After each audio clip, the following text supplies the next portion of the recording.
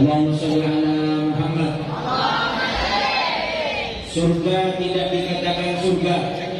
Barusan diceritakan ada orang mau ke pengajian kemudian wafat. Sebelum wafat kemudian dia sebelum nyampe ke pengajian dia mati. Ketika mati dia langsung dimasukkan ke surga. Tapi sesungguhnya surga ini tidak dikatakan surga kecuali di dalamnya adalah ada Nabi Muhammad SAW. Makanya para bapak-bapak, di surga ini tempat yang paling bagus tempatnya Nabi Muhammad. Kemudian tempatnya orang-orang yang dekat dengan Nabi Muhammad. Allahumma sholli ala Muhammad. Nih saya mau tanya nih, tanah mana yang paling mahal? Tanah di Kota Bungo atau tanah di Tanah Semenggal? Tanah Kota Bungo. Tanah yang paling mahal mana? Kota Bungo. Tanah di Kota Bungo atau tanah di Candi? Bungo. Ya? Di Bungo. Di Bungo. Tanah di Bungo atau tanah di Kota Jambi yang mahal? Kota Jambi. Di Kota Jambi atau di Jakarta yang mahal? Jakarta. Kenapa? Karena ada Jokowi. Karena tanah yang paling banyak penduduknya, tanah yang paling banyak, yang paling mahal yaitu adalah tanah yang paling mahal adalah tanah yang paling banyak tempatnya. Keramaian. Kalau tanah yang paling banyak orangnya berarti di sana tanah yang mahal. Begitu juga di surga. Di surga bertingkat-tingkat. Di surga bagus. Di surga penuh kenikmatan. Allahumma sholli ala Muhammad. Tapi tanah yang paling bagus di surga, tempat yang paling mulia di surga, tempat yang paling dekat dengan rumahnya Nabi Muhammad SAW. Karena tempat yang dekat dengan Nabi Muhammad, di sana ada tempat-tempatnya para nabi. Nabi Ibrahim alaihissalam rumahnya dekat dengan rumahnya Nabi Muhammad di surga. Nabi Isa alaihissalam, bahkan semua para orang-orang soleh, semua para aulia-aulia seperti Syekh Abdul Qadir Jailani atau para wali-wali yang menyebarkan agama Islam di Indonesia, termasuk para wali songo, ini semua tempat-tempatnya kelak di surga dekat dengan tempatnya Nabi Muhammad. Makanya orang-orang ini Pak ingin masuk surga, bukan ingin masuk surga, tapi ingin dekat dengan Nabi Muhammad. Allahumma sholli ala Muhammad. Padahal ini kata Rasulullah, surga ini bukan mainan. Pernah Rasulullah bercerita, surga ini Pak, ini apa yang merah ini? Bata ya? Kata orang Indonesia, kata orang Jawa ini bata. Apa? Hah? Batu? Apa? Bako. Allahumma sholli ala Muhammad. Ini batu kan? Saya dari dulu ke sini masih kayu semua. Tadi subuh nyampe ke sini semuanya pakai batu. Wah, saya nggak salah masuk lagi. Ini menurut Mustafa udah mana ini sekarang? Semuanya sudah pakai batu. Di orang masuk surga ini Pak, rumahnya. Kenapa kita ini kok ingin masuk surga? Kenapa kok kita ini rugi kalau meninggalkan surga demi kenikmatan dunia? Karena orang paling miskin di surga, orang terakhir masuk surga, ini lebih kaya daripada orang paling kaya di dunia. Orang paling miskin di surga lebih kaya daripada orang paling kaya di dunia. Kenapa? Sabda Rasulullah SAW, laka mithlaka am asyratu amsali.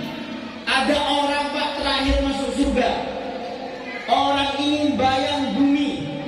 Kata Allah Subhanahu wa ta'ala, engkau ini punya rumah luasnya seperti 10 kali bumi. Jadi orang paling miskin di surga, rumahnya paling kecil rumah di surga, ini rumahnya 10 kali Bumi. Ada nggak orang kaya di dunia rumahnya seperti candi, desa candi? Ada nggak? Nggak ada. Paling kaya dunia, presiden sudah paling lamanya menjadi presiden, rumahnya lebih besar mana dengan desa candi? Besar sekali. Gak ada orang punya rumah besarnya seperti desa kan?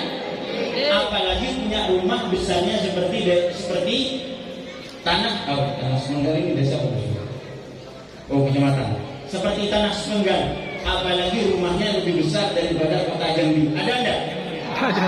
Tapi orang paling miskin di surga, orang tanah Semenggal, santri Nurul Mustafa, atau wali murid, atau yang hadir di Majelis Madarul Rahmah. Kalau ada yang masuk surga, itu paling kecil rumahnya 10 kali bumi. Allahumma sholli ala Muhammad. Ada enggak istana di surga, di dunia, rumah paling mewah, tapi enggak ada WC-nya? Tahu WC enggak? Oh. Ada enggak rumah? Ada rumah besar, tapi kadang yang punya mati. Di surga rumahnya walaupun besar, tapi yang punya tidak akan mati. Selama-lamanya akan menempati surga. Semoga kita semua dijadikan orang-orang yang masuk surga. Amin. Batunya, lihat nih, batu nih, rumah yang besar seperti itu, batunya dari mana? Ngambilnya dari mana? Allah Subhanahu wa Ta'ala ciptakan batunya rumah di surga dari emas dan perak. Min dahab wala binatuhu min dahab, atau dalam riwayat yang lain wahaituhu min dahab wa fiddah. Batu tembok-tembok rumah di surga ini dari emas dan perak. Allahumma sholli ala Muhammad. Makanya orang ini rugi kalau meninggalkan ibadah, kalau orang ini meninggalkan majlis demi dunia karena ingin mencari kenikmatan dunia saja, itu sangat rugi, Pak. Allahumma sholli ala Muhammad. Saya pernah bilang kakek saya ini pernah berkata seperti ini. Kalau orang ini ibaratnya akhirat ini seperti cahaya lampu, sedangkan dunia ini bayangan saja. Tahu bayangan enggak? Oh. Ini saya tanya terus, sebenarnya takut salah, takut ada yang enggak paham nih. Allahumma sholli ala Muhammad. Allah. Seperti lampu, ini akhirat. Sedangkan dunia seperti bayangan. Orang kalau mengejar bayangan tambah jauh nggak dari cahaya? Ya. Ini bayangannya, ini lampu nih ya. Saya kalau mengejar bayangan ini seperti sekarang lampu di sini, bayangan dari sini. Saya ngejar bayangan, saya tambah jauh dari lampu, bayangan ini sudah tambah dekat apa nggak dengan saya? Tambah jauh. Saya tambah ngejar bayangan tambah jauh dari saya juga jauh dari Lampu. lampu. Tapi kalau saya sekarang mengejar, ingin dekat dengan cahaya, bayangan ini ikut apa enggak? Ikut. Hah? Ikut. Ikut apa enggak? Ikut. Coba di sini ada lampu, saya sekarang ingin tambah dekat dengan lampu, bayangan ini ikut apa enggak? Ikut. Saya dekat dengan lampu. Tuhannya kiai siapa? Allah. Tuhannya santri siapa? Allah. Tuhannya orang baik siapa? Allah. Tuhannya bajingan siapa? Allah. Jadi semua bertuhan kepada Allah. Jadi berhak untuk mengurus rumahnya Allah siapa saja. Yang penting orangnya baik, walaupun bukan keturunannya orang baik. Paham Bapak? Jadi Allah Subhanahu wa Ta'ala, selagi orang ini baik, selagi orang ini bisa tahu tentang agama, tahu tentang ilmu, tahu cara ngimamin, caranya beribadah, dia berhak untuk mengurus masjidnya Allah Subhanahu wa Ta'ala. Yang penting satu, dia tahu hukum-hukum dalam masjid. Walaupun putranya kiai, walaupun putranya ulama, tapi tidak tahu hukum, tidak pernah mondok, nggak tahu caranya bagaimana menghukumi yang orang-orang yang ada di dalam masjid, tetap tidak elok. Tak elok biasanya. Tak elok untuk jadi pengurus masjid. Tapi orangnya siapa saja, walaupun keturunannya siapa saja, tapi dia tahu tentang agama, dia tahu hukum-hukum masjid, dia tahu kewajiban dan sunnah-sunnah ketika masuk dan ketika mengurus masjid, maka orang tersebut berhak untuk menjadi pengurus masjid, berhak untuk menjadi imam masjid. Seperti ini jawaban kami. Wassalamualaikum warahmatullahi wabarakatuh. Seperti itu Pak ya? Ya.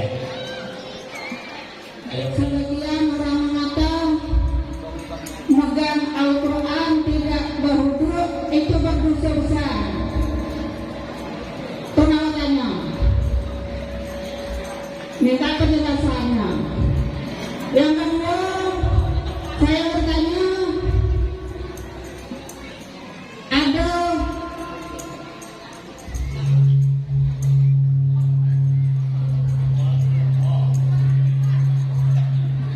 orang semisal, yaitu beberapa keturunan yang tidak boleh jadi.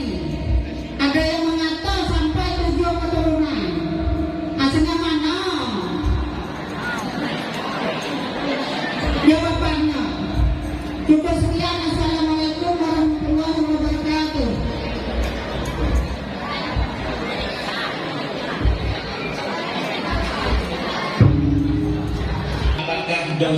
Apakah boleh enggak punya wudu, apakah boleh megang Al-Quran atau tidak? Pertanyaannya seperti itu kan? Ya. Jawabannya la yamassuhu illal. Jadi tidak boleh megang Al-Quran kecuali orang-orang yang suci. Artinya suci, dia itu punya wudu, juga enggak nifas dan enggak haid. Jadi apakah dosa? Dosa. Apakah besar? Wah.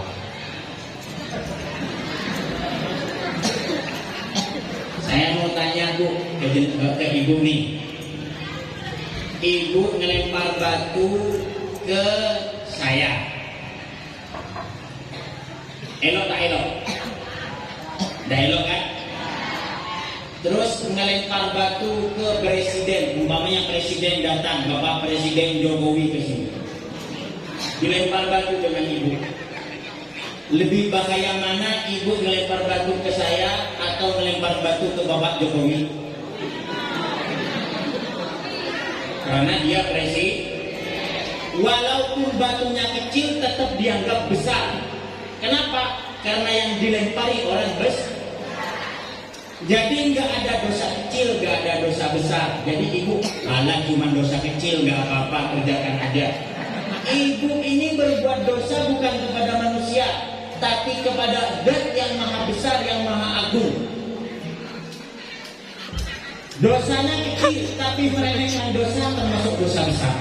Ingat ya, perlu hati-hati. Dosa kecil kalau diremehkan bisa menjadi dosa. Walaupun megang Al-Quran itu dosa tidak bukan dosa besar, tapi kalau diremehkan nggak apa-apa, dosa kecil, nggak ada bukan dosa besar, maka akan menjadi dosa. Karena meremehkan dosa walaupun kecil termasuk dosa besar. Kenapa? Karena orang ini meremehkan maksiat kepada Zat yang maha besar. Berbuat salah kepada kepala desa lebih besar mana? Berbuat salah kepada kepala desa atau berbuat salah kepada gubernur? Gubernur. Berbuat salah kepada gubernur, hukumannya lebih berat. Kenapa? Karena gubernur, apalagi berbuat salah kepada presiden. Kenapa? Karena presiden lebih besar daripada gubernur. Begitu juga tidak ada yang lebih besar, tidak ada yang lebih agung daripada Allah Subhanahu wa taala. Makanya jangan remehkan maksiat kepada orang yang kepada Allah Subhanahu wa taala. Saya mau cerita sedikit. Ya, jangan remehkan dosa. Ibadah sedikit, walaupun cuma ngasih 100 rupiah ke kotak amal, jangan remehkan. Mungkin 100 rupiah yang engkau taruh di kotak amal menjadikan engkau tinggi derajatnya di sisi Allah Subhanahu wa taala. Jangan remehkan amal ibadah walaupun cuma baca 1 sholawat, walaupun cuma baca istighfar, karena mungkin 1 sholawat ini bisa menjadikan engkau tinggi derajatnya di sisi Allah Subhanahu wa taala. Saya cerita nih Bu, ada seorang namanya Abu Bakar Asyibli, Sayyidina Abu Bakar Asyibli. Beliau ini diceritakan seorang ulama yang besar, santrinya banyak, Beliau penampilan ulama, kalau yang hadir itu beribu-ribu orang yang hadir. Kemudian orang maksiat yang hadir di majlisnya Abu Bakar As-Siddiq, beliau menjadi keluar dari majlis, diampuni dosanya, bahkan diangkat derajatnya oleh Allah Subhanahu wa taala. Barangnya hadir ke majlisnya Abu Bakar As-Siddiq, ahli ibadah, berapa ribu, berapa ratus, berapa puluh rakaat beliau sholat setiap malam, dan berapa kitab beliau tulis. Seorang ulama besar. Satu saat ketika beliau wafat, ada orang bermimpi keadaannya Abu Bakar As-Siddiq sangat tinggi derajatnya di surga.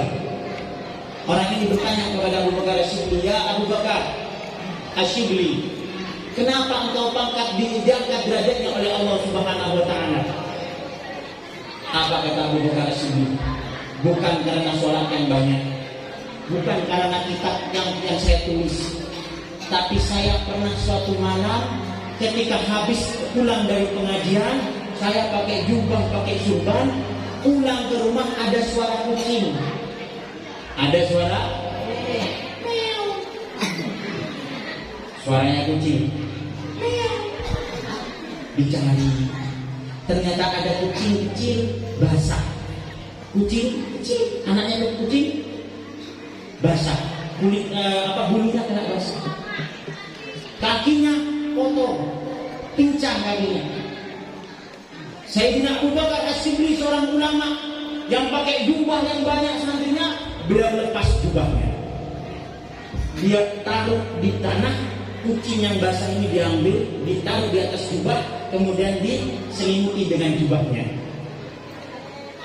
Akhirnya kucing yang suara menyong diam-diam akhirnya tidur di atas jubahnya Abu Bakar As-Siddiq. Gara-gara kasihan kepada kucing, Abu Bakar As-Siddiq diangkat derajatnya oleh Allah Subhanahu wa taala. Jangan remehkan, walaupun cuma berbuat baik kepadaku. Juga jangan remehkan maksiat. Jangan remehkan maksiat, walaupun cuma menyentuh Quran, dosa bukan